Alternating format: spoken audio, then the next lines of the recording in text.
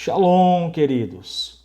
Estamos no dia 8 de dezembro do ano de 2022 e no nosso calendário judaico nós estamos no dia 14 de Kislev do ano 5783 da nossa criação. Estamos aqui, queridos, mais uma vez no Compartilhando a Torá. E o nosso propósito é nós trazermos a paraxá semanal, a porção semanal e juntos lermos, estudarmos e no final trazermos uma aplicação prática para as nossas vidas. E sempre é importante relatarmos aqui e falarmos que toda a exposição da nossa porção, da paraxá semanal, é voltada para um contexto e aplicação na vida de um Ben Noach. Então, se você é um Ben Noach e decidiu seguir a fé monoteísta, sem sombra de dúvida, juntos iremos crescer espiritualmente, elevar a nossa alma a Hashem e, nesse sentido, estaremos evoluindo de modo espiritual. E eu gostaria, queridos, de iniciar aqui com uma frase do Rebbe Menahem Mendel. Diz o nosso Rebbe: a Torá é a planta por meio da qual o mundo foi projetado. Tudo o que existe pode ser encontrado na Torá. Ainda mais, em qualquer conceito da Torá, você pode encontrar o mundo inteiro. Sem sombra de dúvida, o Rebbe está dizendo que tudo aquilo que nós necessitamos, tudo aquilo que nós precisamos está contido dentro da própria Torá. Queridos, essa semana nós estamos estudando a paraxá de Vaishlach. Vaishlach é o nome da paraxá. E essa palavra, Vaishlach, significa e ele enviou. Uma referência de quando Jacó ele envia os anjos para encontrar com Esaú no seu retorno de Harã, quando se passaram 20 anos. Nessa parte da introdução da paraxá, eu quero trazer aqui algumas informações, como por exemplo, a nossa paraxá semanal, Vaishlach, ela contém 153 versículos, temos uma mitzvah e, para efeito de conhecimento, a nossa paraxá semanal, a porção semanal da qual nós estaremos estudando, ela abrange de Gênesis capítulo 32, versículo 4, até o capítulo de número 36, verso de número 43. E hoje, queridos, com base nessa primeira aliá, nós iremos conversar um pouco sobre o seguinte tema: as dificuldades da missão. Nós sabemos, por estudos anteriores, que Hashem, ele criou o homem para o homem cumprir uma missão na face da terra. E essa missão é fazer deste mundo inferior, desta terra, a morada de Hashem. E isso nós conseguimos praticar e fazer da terra a morada de Hashem pelo o cumprimento das mitzvot, pela vivência da Torá, pelas boas ações com luz da Torá em nossas vidas. Porém, é importante nós falarmos que teremos dificuldades, teremos testes para cumprirmos a nossa jornada e a nossa missão. E sem sombra de dúvida, os testes, as provações, as adversidades têm um propósito de lapidar o nosso caráter, a nossa personalidade e fazer com que nos apeguemos mais com a Torá e com Hashem. Queridos, Vaishlach, essa é a paraxá dessa semana que estaremos estudando. E antes de nós entrarmos aqui na própria porção, antes de nós entrarmos no próprio texto da Torá, eu gostaria de trazer um pouco de pano de fundo, um pouco de contexto dessa porção, para que de fato nós tenhamos uma compreensão clara e objetiva. Queridos, 20 anos se passaram. Iacov, Jacó, ele está retornando para a terra de Israel. E é bem verdade que o Jacó, ele não tem tanta certeza, ele não tem tanta convicção que, de fato, o seu irmão perdoou ou não pelas suas atitudes do passado. Então, o Jacó, ele está voltando e ele não tinha essa certeza clara se o ódio de Esaú persistia ou não. O Midrash, ele vem e nos traz alguns detalhes e nos traz luz sobre esse retorno de Iacov. Então vem o Midrash e nos diz que o Lavã, ele antecipa a Iacov, ele vai primeiro na frente e consegue conversar com Esaú.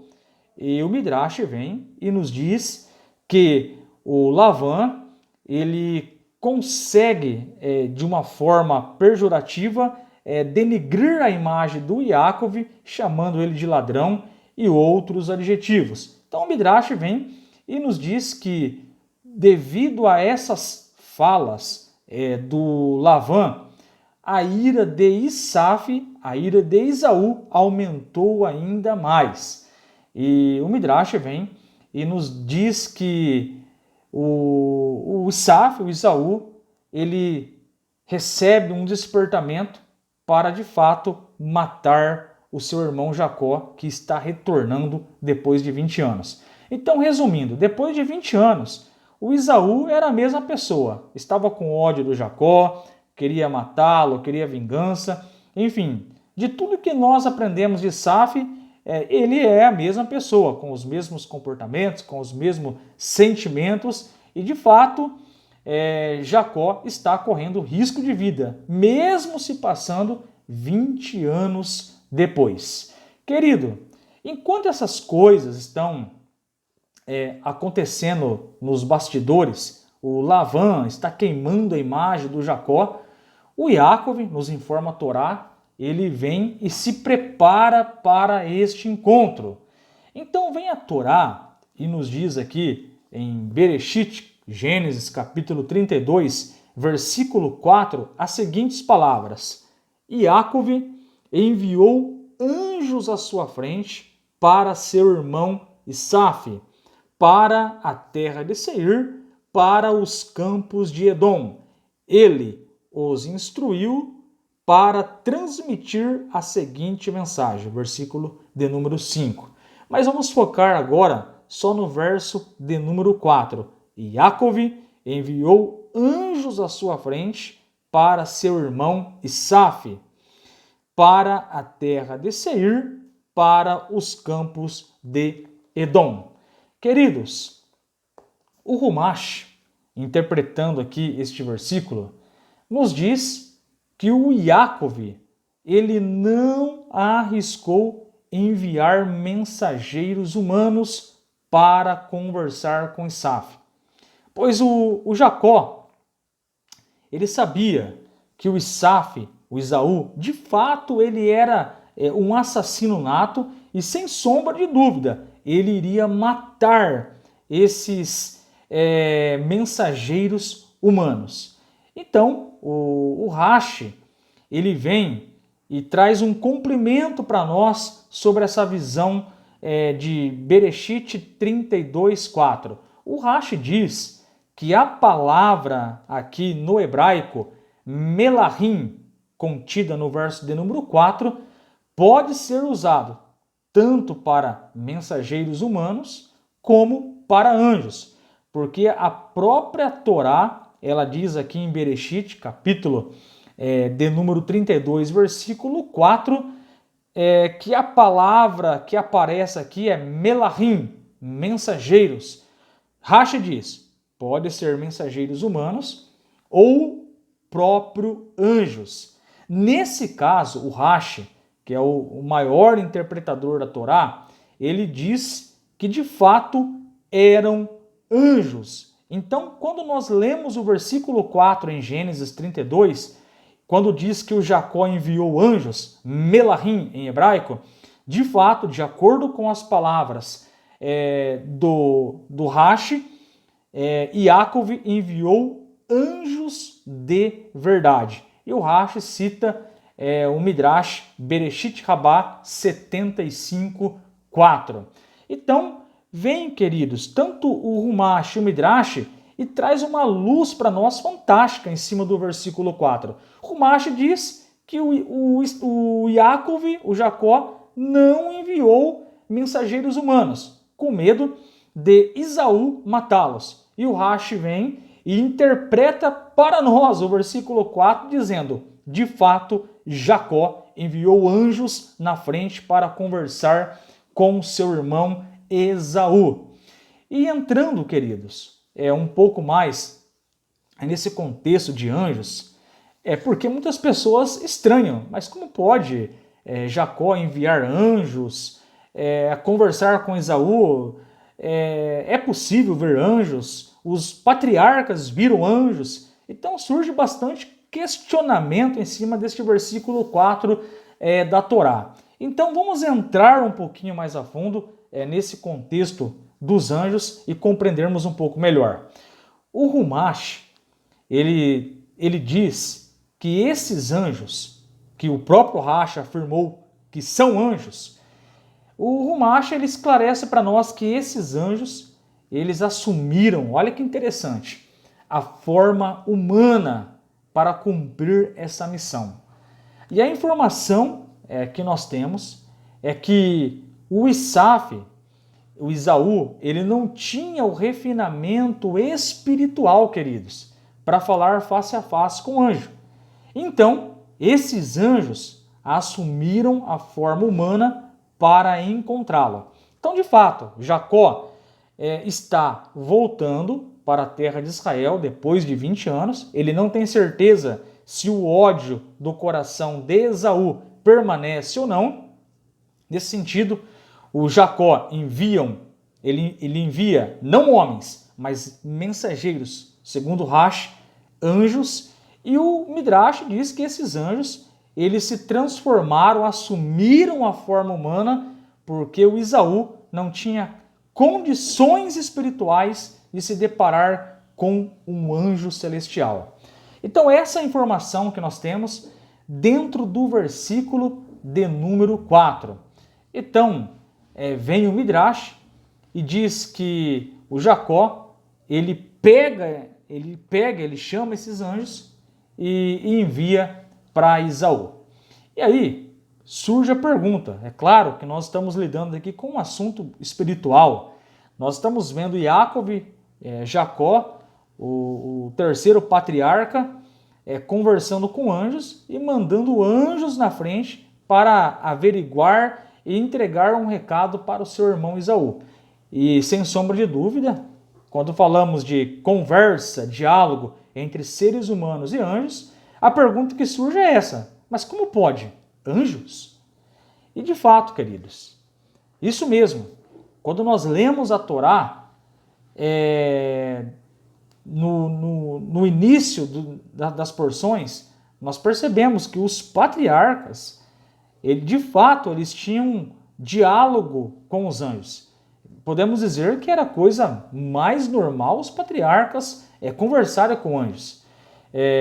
Isso, de fato, acontecia, basta nós lermos aí as porções anteriores. Então não tem nada assustador, de fato, quando o Rashi afirma que o Yaakov, o Jacó, enviou anjos, de fato, ele enviou anjos. Nada estranho no contexto patriarcal.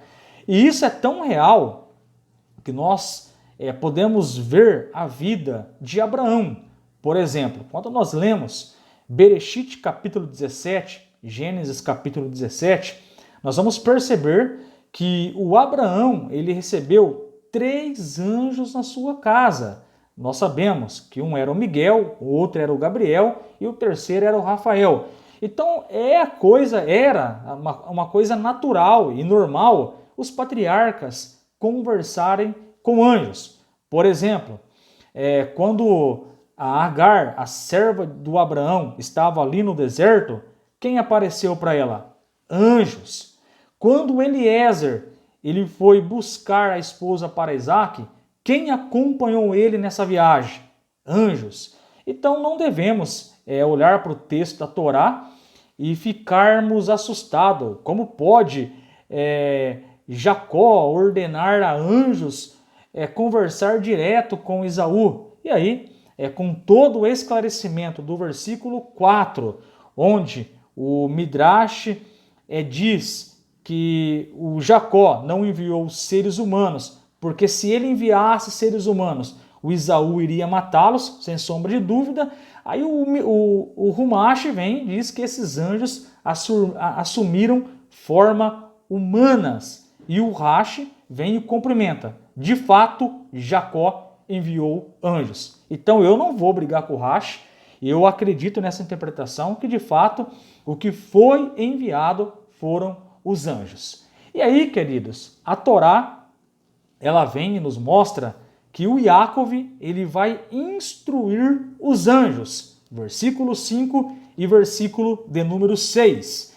Ele os instruiu para transmitirem a seguinte mensagem: ao meu senhor Isaf, seu humilde servo Yaakov, diz: eu vivi com Lavã como um estrangeiro, por isso não me inveje. Eu atrasei minha volta até agora. Eu adquiri bois, jumentos, ovelhas, servos e servas, mas a bênção do nosso Pai para a chuva dos céus e gordura da terra não se concretizou. E estou agora enviando esta mensagem para dizer ao meu Senhor que eu estou chegando, para ganhar favor em teus olhos, já que quero ficar em paz contigo. Versículo de número 5 e versículo de número 6. Então nós percebemos aqui a instrução que o Jacó, ele pede para os anjos entregarem para Esaú no momento do encontro. Então a informação que nós temos, de acordo com o versículo de número 7, os anjos foram, entregaram a mensagem para Isaf, para Esaú, e eles retornaram com outra mensagem para Yaakov. Versículo de número 7. Os anjos voltaram a Yaakov com o relato: nós viemos ao teu irmão, que continua se portando como perverso, Isaf, e ele também está dirigindo a ti, ele tem 400 homens com ele. Então vem aqui a Torá e nos mostra, no versículo de número 7, que os anjos, eles foram, perceberam que o Isaf, que o Isaú, continuava com a mesma visão, com os mesmos comportamentos, e de fato o Esaú, ele estava com a intenção de matar Jacó. Então este foi o recado que os anjos, os Melahim, entregaram para Jacó. Então a gente começa a perceber que nessa missão de Jacó retornar, ele começa a enfrentar as dificuldades de permanecer na terra de Israel. Ele está correndo risco de vida, ele está voltando depois de 20 anos e a situação não está nada amigável. Essa é a informação que nós temos pela Torá. Então o Jacó, ele recebe de fato essa notícia não muito boa, que o seu irmão, ele permanece a mesma pessoa e ainda está com ódio no seu coração. E nós vamos ver que essa resposta, ela trouxe uma reação no Jacó. Versículo de número 8. Yaakov ficou muito temeroso que pudesse ser morto e aflito de que talvez acabasse matando outras pessoas também. Ele dividiu o pessoal que o acompanhava em 2 acampamentos, juntando com as ovelhas, o gado e os camelos. Ele disse: se Isaf chegar a um dos acampamentos, eu destruir, então eu lutarei com ele para que o acampamento remanescente sobreviva. Então a informação que nós temos aqui de acordo com o versículo 8 e o versículo 9, é que o Jacó, de fato, ele ficou temoroso, ele ficou com medo, ele ficou preocupado com essa notícia dos anjos. E com isso nós aprendemos dificuldades para ele cumprir a missão de voltar para a terra, habitar na terra, a qual Hashem prometeu a Abraham, a Isaac e Jacob. Então nós percebemos aqui os obstáculos da missão. E aí vem a pergunta: de fato, o Jacó, ele está numa jornada, ele está numa missão, ele está enfrentando adversidades, os anjos retornam até ele e entregam para ele mensagens não muito positivas, ao ponto de a Torá nos dizer: e Jacob ficou muito temoroso. Dificuldades da missão. Mas a pergunta é: como ele vai se preparar para essa dificuldade, para esse encontro com o seu próprio irmão? A própria Torá vai nos dar essa pista e vai nos mostrar, queridos, essas dificuldades que o Jacó enfrentou e como ele vai agir mediante a esses testes da sua missão. Então a informação que nós temos, queridos, é que ele ora a Hashem. Diz aqui a Torá em Bereshit 32:10, e Jacob rezou: ó Deus de meu pai Abraham e Deus de meu pai Isaac, tu mesmo me disseste: volta para a terra dos teus antepassados, onde tu nasceste, eu estarei contigo. Então nós percebemos aqui que o Jacob, ele relembra Hashem das suas promessas. Ele relembra Hashem das promessas de guardar, de cuidar dele. Ele começa a falar com Hashem, ele começa a orar.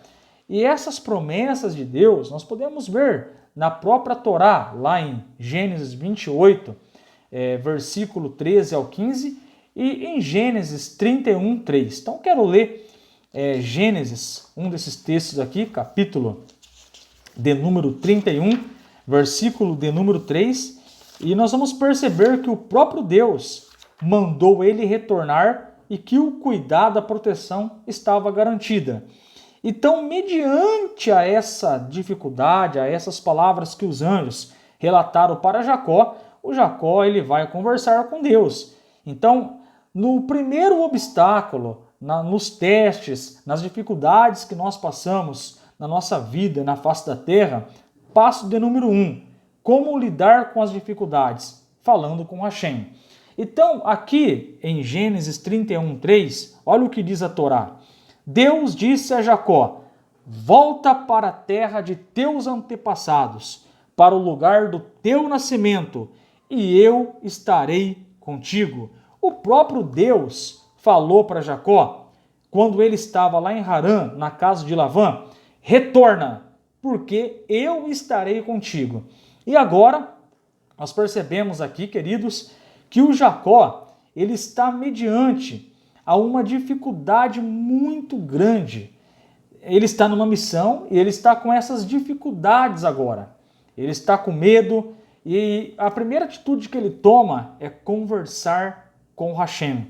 E ele relembra Hashem: o Senhor falou para mim, volta para a terra onde você morava, porque, como diz aqui Gênesis capítulo de número 31, versículo 3, o próprio Hashem diz para ele: eu estarei contigo, eu vou proteger você. Então ele vai falar com Hashem.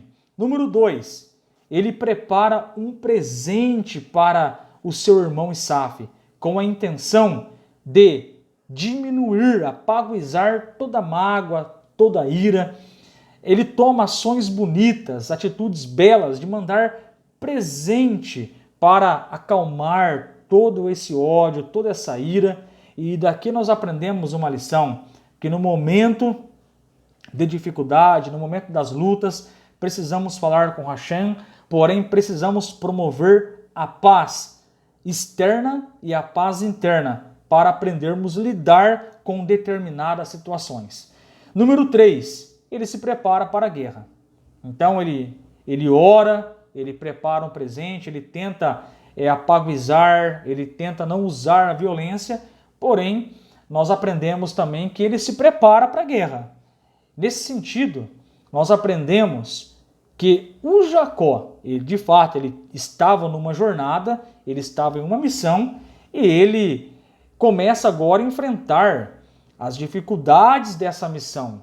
Porém, ele age com muita cautela e sabedoria, falando com Hashem, tentando promover a paz e se preparando para essa missão. E aí, queridos, é daqui que nós vamos tirar a nossa lição. Qual que é a grande aplicação para as nossas vidas? Uau! Nós olhamos aqui para a Paraxá e percebemos que o Jacó tinha uma missão, ele está retornando agora para a terra de Israel e ele está diante de desafios onde a sua vida corre um grande risco, é uma adversidade, são as dificuldades da missão, porém ele sabe lidar com as dificuldades, com as barreiras da missão, orando, promovendo paz externa, paz interior, e ele se prepara para alcançar aquele foco, aquele propósito que Hashem tinha para ele. Então, a grande lição que devemos aprender aqui nessa primeira aliá é que nós devemos estar preparados para a missão. E a pergunta é: como estamos nos preparando para cumprir a nossa missão? Quais armas estamos usando? Se repararmos, queridos, o Jacó, ele se preparou 14 anos estudando na Yeshivá de Shem e partiu para Harã. Agora, no retorno, 20 anos depois, ele também se prepara para voltar para casa e encontrar com a sua família. Ele se prepara conversando com Hashem, promovendo paz externa e paz no seu coração. Ele se prepara de fato para essa missão. Ele tem planos, ele tem cartas na manga para chegar num determinado destino ideal, que era cumprir a missão de Hashem. E a pergunta é: estamos nos preparando? Como estamos lidando com as dificuldades da nossa missão? Quais armas nós estamos usando? Se repararmos, queridos, o Jacó ele se preparou. E é importante nós entendermos aqui que ele passou no obstáculo com Lavã por 20 anos. Haja paciência. 20 anos morando longe da terra de Israel, num contexto todo pecaminoso. Lavã era feiticeiro, era enganador, mas ele passou por esse obstáculo. Ele sabia da sua missão. Ele resistiu. Ele foi resiliente à missão. E nós precisamos também, como Ben Noah, ser resiliente, manter a postura com as 7 leis, as derivações, cumprindo as mitzvot, estudando Torá todo dia, se apegando com as tefilot, com as orações, fazendo tzedakah, fazendo muitos atos de bondade e justiça. Então essa é a nossa missão, trazer a morada de Deus para essa terra. Quais dificuldades que enfrentamos, queridos, para vivermos de fato as 7 leis Benei Noach? Quais dificuldades você está enfrentando? Sentimos saudade do Egito? Sentimos saudades da comida do Egito? Esses dias um camarada me perguntou: mas você não sente falta lá do José Carlos? E eu falei: não, a ideia não é o José Carlos, a ideia é o Deus que criou os céus e a terra.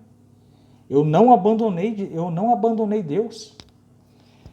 Pelo contrário, Eu estou mais conectado com Deus agora, por meio da Torá, por meio da palavra do Eterno, a Torá que nos santifica, que nos limpa da impureza, da idolatria, que nos limpa da impureza, de tudo aquilo que desagrada a Hashem. Então nós não sentimos saudades do Egito. Saímos de lá para adorar um único Deus verdadeiro. Como estamos nos comportando diante dos Esaú da nossa vida? Queremos travar? Queremos parar tudo? Ou nós vamos avançar em direção à vontade de Hashem? Sabendo que Hashem é aquele que está na missão e na nossa frente. Queridos, daqui a alguns dias, nós vamos executar, comemorar a festa de Hanukkah. E quando nós lemos a história de Hanukkah, nós vamos perceber que os gregos, eles dominavam ali o país de Israel, mas levantou-se ali os asmoneus. Os sacerdotes se levantaram e eles lutaram pela sua liberdade. Eles lutaram para viver a Torá, cumprir a Torá. Os gregos proibiram eles, o povo de Israel, de cumprirem as mitzvah, de cumprirem as mitzvot. Mas a informação que nós temos é que os amoneus, os sacerdotes, lutaram e venceram a guerra. E aí o milagre aconteceu. Houve luz naquele lugar. Eles encontraram um vaso, um frasco com azeite com o selo dos sacerdotes. O que daria para acender a menorá por um dia? Mas nos diz os sábios, a história, que aquele pouco de azeite, aquele pouco de óleo, deu para acender a menorá por 8 dias. Milagres. Sabe o que significa isso? Quando temos uma missão, quando entendemos o nosso propósito e lutamos para fazer a vontade de Hashem, sem sombra de dúvida, milagres acontecem ao nosso redor, na nossa família e na nossa vida. E nesse sentido, queridos, o que eu quero trazer aqui? Que nós devemos lutar, porque teremos vitória com Hashem. A luz da Torá, ela vai brilhar em nossas vidas. Adversidades nós temos, dificuldades nós temos, porém nós somos simbolicamente o Yaakov dessa missão. Nós temos uma missão de trazer Torá para a terra, de fazer com que a Torá brilhe nos 4 cantos dessa terra. Temos esse desafio, nós como Ben Noah, de vivermos as 7 leis que Deus deu, 6 leis para Adão e a 7ª para Noé, lá em Gênesis capítulo 9, versículo 6, temos a grande missão e o grande desafio, como Ben Noah, de junto com os nossos irmãos mais velhos, os judeus, divulgarmos a luz, preparar esse mundo para a chegada de Mashiach. Nesse sentido, queridos, nós não podemos olhar para as dificuldades, não podemos olhar para o Isaf, para o Esaú e travarmos e ficarmos parados. Não! Precisamos ter ações, porque quando temos ações, milagres acontecem. E nós sabemos que as dificuldades, ela provocam angústia, desânimos em nossas vidas ao ponto de nós travarmos. Mas está escrito lá no livro de Tehilim, Salmo 120, versículo 1. Na minha angústia clamei ao Eterno, e Ele me ouviu. Tehilim 120, versículo de número 1. E eu quero dizer para você, não importa as dificuldades, tudo o que Deus faz é muito bom. E eu gostaria de encerrar essa exposição da Parashá Vaishlach, aliá número 1, contando para você uma história. Nos contam os nossos sábios que havia um homem chamado Rabi Akiva. O Rabi Akiva, ele era um homem muito simples, muito humilde, mas quando nós lemos a história dele, nós percebemos que ele se tornou um dos maiores conhecedores da Torá. E nos conta essa história que o Rabi Akiva, ele tinha um burro, um galo e uma lamparina. E um determinado dia, o Rabi Akiva, ele chegou em uma cidade e ele queria se hospedar em um lugar. Porém, como já era tarde da noite, ele tentou, conversou, porém não tinha vaga mais naquela casa, naquela residência, naquele hotel. Então o Rabi Akiva nos conta a história, ele teve que pousar em cima de uma árvore. E ele diz, tudo que Hashem faz, tudo que Deus faz é muito bom. E diz ali a história que ele amarrou o seu burrinho debaixo da árvore, o seu galo, a sua lamparina, e ele disse, bom, eu tenho um burrinho para me locomover para lugares diferentes. Eu tenho um galo que me acorda ao amanhecer para eu fazer as minhas orações. E eu tenho uma lamparina para estudar Torá à noite. E nos informa essa história que veio um leão e comeu o seu burro. Isso mesmo, o burrinho do Rabi Akiva foi devorado por um leão. Aí o Rabi Akiva disse, bom, tudo que Hashem faz é muito bom. Tudo que Deus faz é muito bom. E nos conta a história que ele disse, bom, eu tenho o galo ainda para me despertar de madrugada ao amanhecer e sendo assim vou conseguir fazer as minhas orações. Tenho ainda a minha lamparina, onde eu consigo estudar Torá à noite. Então nos informa a história que veio um gato e comeu o galo dele. E ele diz, tudo que Hashem faz, tudo que Deus faz é muito bom. E nos conta a história que veio um vento muito forte e apagou a sua lamparina, danificou a sua lamparina, e ele disse, tudo que Hashem faz, tudo que Deus faz é muito bom. Seguindo a história, no dia seguinte, ele vai até aquela cidade onde ele queria se hospedar e ele começa a ver ali um movimento, casas destruídas, pessoas chorando, casas pegando fogo, e chega uma informação para ele. Rabi Akiva, entraram na cidade, mataram muitas pessoas, tacaram fogo nas casas, a morte para todo lugar. E o Rabi Akiva entendeu, tudo que Deus faz é muito bom. Então não importa as adversidades, não importa se estamos retornando, fazendo techuvá, se estamos agradando Hashem, se saímos da idolatria e agora nós estamos ali não cometendo mais idolatria, adorando só o Deus Israel, não estamos mais blasfemando contra Hashem, estamos agora cumprindo as leis da Torá, estamos agora não praticando idolatria, não blasfemando contra o nome de Hashem, não matando, não roubando, estamos praticando atos de justiça, não estamos praticando relação sexual ilícita, não estamos maltratando os animais, estamos demonstrando ações com base na própria Torá.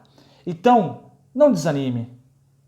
A missão possui dificuldades, mas tudo que Deus faz é muito bom e com certeza nada vai nos travar. Vamos em direção à terra de Israel, porque Hashem é muito bom. As dificuldades da nossa missão. Este foi o tema que conversamos aqui nessa noite. Que o Eterno te abençoe. Estude essa paraxá. Baruch Hashem.